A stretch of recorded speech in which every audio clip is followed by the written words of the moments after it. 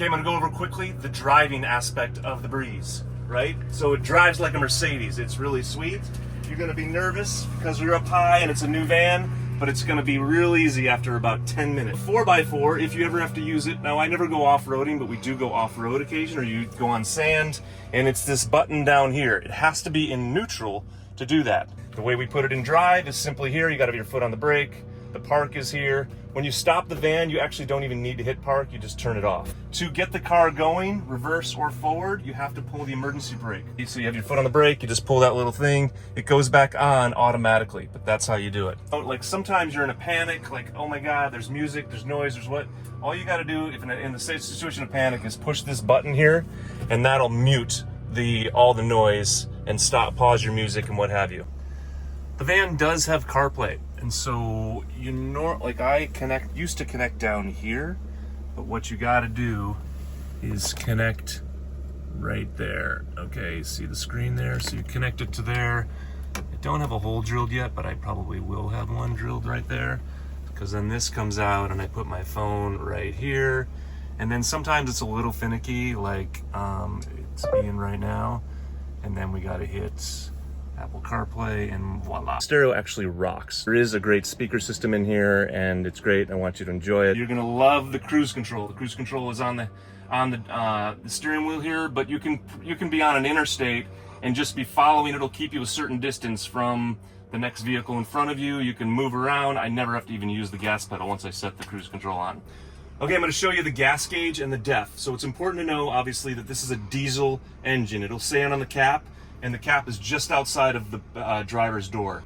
Don't mistake that for the gas gauge. This is the gas gauge over here. A couple things to note. When I put it in reverse and I'm backing up, I think it's because my bumpers are custom, but it kind of beeps, and you might get a lockout of a reverse. It scares the hell out of me. It only happens sometimes, but then you just put it back in reverse, pull the emergency brake, and then back out. If you're going down hills, if you're going down a mountain hill, you're gonna wanna use the downshift. We don't just coast on the brake. And the downshifts are these paddles along the side. So you can slow down that way. Obviously you wouldn't redline the engine, but that's a good way to slow down without using the brake. Cover some of the camping. When you set up camp and you pull into a place, the first thing I usually do, there's 2 Ridgeback yoga rugs up here. Usually I throw one of these down. You can dust these off, you can use them however you want, don't worry about getting them dirty. But I usually lay one down on the sand so I don't bring sand in here. It's not that we're worried about sand, you can sweep it out, but nobody wants sand in their bed. But I also usually have one folded up right at the base here. And we're gonna use these, and I'll put another link to another video on how to put these up, but these are the covers for blacking out. They have magnetics on the side, and you put them in here and put these down to hold it up to go across there, and you can completely black out. You want privacy when you're camping, if you're particularly in a public space, and it will also obviously keep the sun out in the morning. That's the first thing I'll do. And I also even have them for the roofs here for blacking out. Let me show you this window. Here's our window shade. Of course it opens like so. Stays there. To close it, you just lift, close. These are not glass, so don't scratch them. They're actually more insulated, but it can be a screen, it can be a shade. You're totally blacked out. When you come to the van, you are welcome to unpack your stuff. You can put your clothes up there, you can hang stuff, you can bring your food, fill up the fridge. A lot of people bring their own pillows if you're local. I can supply you with pillows and towels. Seems to be people from local want their own. So what comes with it? So you'll notice all these cloths in here, and they're all clean, but what that does is so that things don't rattle around while you're driving. These are some silicone cups. I got a plastic cup. We got silverware, we got sharp knives, I got a teaspoon, scissors, spatula, wood spoon. Okay, in here we're going to have, see that? This so things don't jiggle. I got cloths around them. A couple coffee mugs, some cleaner for the countertop, measuring cup, a strainer, a pot, and a Lodge cast iron pot. The bottom drawer, you're going to have a tea kettle, a Vita-mix, and a coffee press. There happens to be a glass jar. I like to keep glass jars, and in this one, more containers for food, a heating pad, and a lighter. In these drawers, I've got some rice for you, some waffle pancake mix with protein, an empty drawer, and then I got a bunch of spices, probably some tea. I check in on these things, make sure they're fresh and such. Some olive oil for cooking, salt and pepper, of course. And then in this drawer, these are for the grill, if you dip the grill, for a grease pan. Some fly ribbons. If you get flies in here, it can be a pain. I'd also have a fly swatter. Some wipes, some plastic bags, a little bit of laundry sheets if you need them. This is, of course, for plugging in the to shore power. Some Narcan, should you need that. I hope not. Some duct tape, even an ashtray. We don't smoke cigarettes in the van, but there's an ashtray if you want it. You'll also have some hanging space. I got a bunch of hangers that I keep tied together when we're driving, unless you're using them. What's new is the toaster. I added this. It's likely going to be here. There's some tin foil on it. Of course, you just take this, plug it in when the inverter's on, and you've got a nice toaster. Don't overuse it, or just watch your power when you use it. Couple things over here. Of course, here's your trash. I have a trash bag in here that's easy to empty.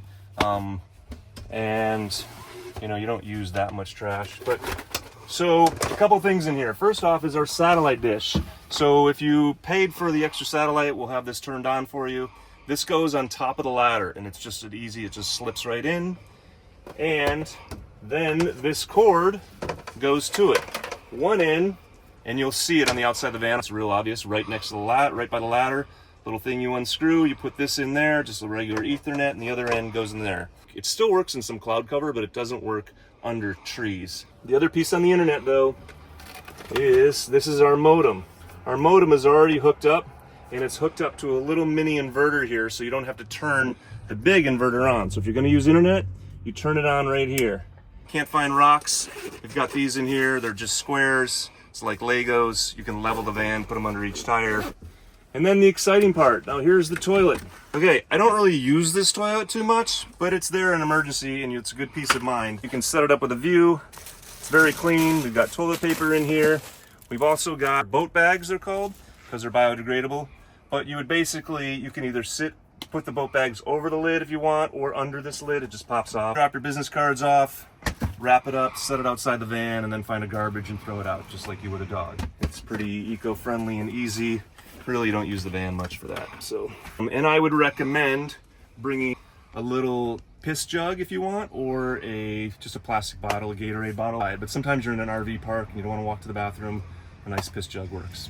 That's how I do it, at least. Hey, the important thing of this van to explain to you that this is the worst part of my design. I built the whole thing myself, but I didn't do the drawers perfect. I mean, the drawers are nice. Okay, these top ones latch well, but the bottom ones can open up, particularly if there's weight in them. So I put little screws, or latches in here. They're not a high-end latch. But I drill the hole in here, and it goes in. You can make sure those are in when you're driving, otherwise you got drawers flying open. This table comes out, swivels around. Usually sit here, I'll work here. And at night, this is my bedside table. I tuck it in like so. Put my drink here, usually use this light. I love sleeping next to the back window there. Having that thing open for the morning light is great. That's another thing to think about when you're parking, like strategically, where do I want to wake up facing? And generally I like to face, like if it's the ocean, to have it face that way or what have you. These windows do open. They've also got insulation on them. These are done by magnets, and they've also got screens on them. You know, you could do it that way too. That's the only ones that have to do like that. Oh, the bed is super comfortable. There's a light switch here for above the bed, and I also open the fan a little bit. If you don't open anything, you'll get condensation in the window. It's hot and you're sleeping at night. If you crack that back window, these fans can either be put on reverse or they can be put on straight. At night and you want to turn it on, one of these has a little bit of Velcro almost on there, or grip tape, and so you can tell without looking. Push that button, it opens up automatically, and you can have one on intake, one on outtake, and it brings a nice cool breeze through here. So I got up here, I'm actually leaving you. I've got like 3 beach towels or 4 towels you can use for beach or for bath. We'll wash them every time so they're ready for you. Here's a nice Mexican blanket if you want to lay it out on the beach. And here's where I keep the stove. And the stove is in this little slot here. It's an induction stove. If you can put a magnet to a pot, then it'll work on this. You could also have an extension cord if you wanted to cook outside the van. If you got fish or something, you don't want to cook fish or I don't even cook meat in the van. The extension cord would go right in down here. So this is our solar. Right now we're sitting at 100% and there's enough solar coming in. The inversion is off. Most everything in the van, the fridge, the lights, they're all on what's called a 12 volt, which is just our battery bank. But if you wanted to run the 120, a 120 is your basic outlets. To run these, which also have a USB and a USB-A and a USB-C, to run those, you have to turn on the inverter. So the way we do that is I'm going to hit, what is it, menu. I go to multi-plus, and I go to switch, and then I go to on. And then we'll hear a click. There was the click. And so we can go to hit pages. We're back here, but now it says inverting. So that'll run the batteries down a little bit. The battery's charged from solar up top or from the car moving. And if the car is moving, for it to charge, the inverter has to be off. So be sure to turn it off in the morning when you're driving, unless of course you're using it, which is fine. So I'm just gonna go back and I'm gonna turn it off. Off, you heard the switch, hit pages, and if this screen goes around like so, I'm always right here. So, and you can also plug it in and I'll show you where that plug is. This, it goes under the van, you put that in and you plug the other end in, and then you can have power all night if you pulled into an RV site and you wanted to have power. Okay, the general sink, here's what goes down. So I leave these here, a rag or something, so this doesn't rattle around when you're driving. So I just tuck a little rag in there, stuff it in, and it's good. This is our drinking water, okay? And it's on a separate, I'm gonna show you, it's on a separate tank. You could drink out of this, it's not gonna kill you, but there's something called RV gut, and it's just a plastic jug, and I prefer to drink out of stainless steel, so I separated the two. All right, and this doesn't go directly outside here. This is what's called gray water. Gray water, it's not black water, it's not like it's raw sewage, it's just from your sink. So you can pretty much dump this anywhere. I think the law in California is you can't dump it anywhere, so you could dump it down a drain. It's not a complicated system. It's just pull this tube out, pull this out, open it up, and undo it. This is an air tube. If you kept this closed and you had it plugged in, it'll overflow because of the pressure. So just want to make sure you keep that open. So we just stuff that in, put the tube in, and that's where our gray water, it goes 5 gallons. You don't want to be running like you do at home. You wouldn't want to be running the sink. So then this is what I drink out of. And so it's a nice stainless steel. The water can last in there forever. They always fill up at one of those purified water stations. It's really easy. Just Google water station and you'll find them. And down here is the propane gas. And we've got, I think, 7 or 8 gallons of propane on board underneath the van for the Blackstone grill. This has got a stop right here, and then you can just slide it all the way open if you want. It obviously shows this, but generally I just keep it at halfway. Okay, welcome to the garage of the van. Okay, if you want to put a sticker on here, you can. I didn't want it on the door, someone did that. That was my son. Okay, just a little tour. This is where what we call the garage, okay? And this is where we keep our, there's 2 chairs for you to use. If you rent it out, there's a Blackstone grill that with a table that you hook up. It's all in here, and there's also a stand-up shower right here. And it's you're gonna have to YouTube how to close that thing up because it takes a higher IQ than I have to fold that thing up without looking at the YouTube every now and then. But it does fold up just like that. So you'll notice I keep some rags in here, just towels. You're welcome to use those to clean up if you spill water or spill anything really. They're just rag-like towels. So the ladder here, there's no reason to go on the roof. You go up the ladder to put the satellite up there. That's it. The roof, the solar panels are not to be walked on. It's not one of those. I know you've probably seen those in Instagram, whatever shows they have, but we don't do that on this van. They're not walkable, and there's no deck up there. Surf racks. If you're going to use surfboards, of course you can slide them through here, but we also have surf racks for the side with locks, and they go on the pole and the ladder on the side, and there's a bag behind here, and it's pretty self-explanatory. You just hook them right up there and put them on, and you can use the surf racks. A couple things for emergency. First off, we got a first aid kit in here. It's really not much, some Neosporin and some bandages and gauze and stuff. And then also in here, I've got a whole emergency kit. It comes with it for a tow strap if you ever needed to get out. And there's also some tracks in here if you ever got stuck in sand. It is 4-wheel drive, but this doesn't have a lot of power off the get-go. But I have used that to get out of sand if you had to. Okay. So here is our power bank. We've got 4 batteries in there on an inverter. This is all, it's tiny watt solar. They're top of the line. It's really sweet. You can set the timer to have it go on. It's, you know, wake up at 7 in the morning. It's in-floor heat and there's a blower. It's really nice no matter where you are to wake up, and it's really nice and warm. It'd probably be a full gallon of diesel a day if you ran it all day and it was like below 0. This right here, that thing is where we put the hose. The hose is in a different one. It's in one of these. And so that you would hook up one end to your spigot and one end here. And then there's a little lever right there. It has to be turned so it's parallel versus stopping the water versus letting the water flow. And so that's how you would fill it. And you can, if you can see, yeah, you can see it with this. That's the water level. This is the only way we tell how much water we have. And once it gets, you know, below there, this is 35 gallons, I think. So it's a fair amount of water. It's heavy for the van. So if you don't fill it, if you don't need it full. On that note, with an RV park, I've gone to KOAs. You just offer them $10. Go in and say, I just want to fill up with water and take a shower without camping there. I don't particularly like camping at KOAs. The seats are new. These are Schielmann seats from Germany, and I installed them. So no longer will we be using these. These don't work at all, and this heat is not there. The heated seat part is right here. Okay, but you gotta remember to turn it off, and it's gonna be in the middle position. And then to swivel the seats, you're gonna have to lift this bar to move it forward, and then this is what makes it swivel.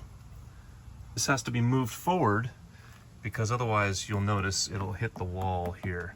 So you slide it forward and then swivel. When swiveling the seats, make sure no wires get like caught up or what have you. You'll notice they've got 2 armrests, one on each side. So they are super comfortable. Feel free to adjust them up there by the map. I keep a manual on the seats themselves. There's a bunch of adjustments, but generally I just use move it sliding forward and up and back. If you have a dog with you and the dog thing goes here, you won't be able to swivel the seats unless you pull it out, which is kind of a pain, but you could do it. You are so beautiful to me. But when I get to camp, usually, if I didn't have the dog, I would like to swivel this. You could certainly swivel the other one, but this one is certainly nice to swivel. You'll notice this thing, and what this is just a light.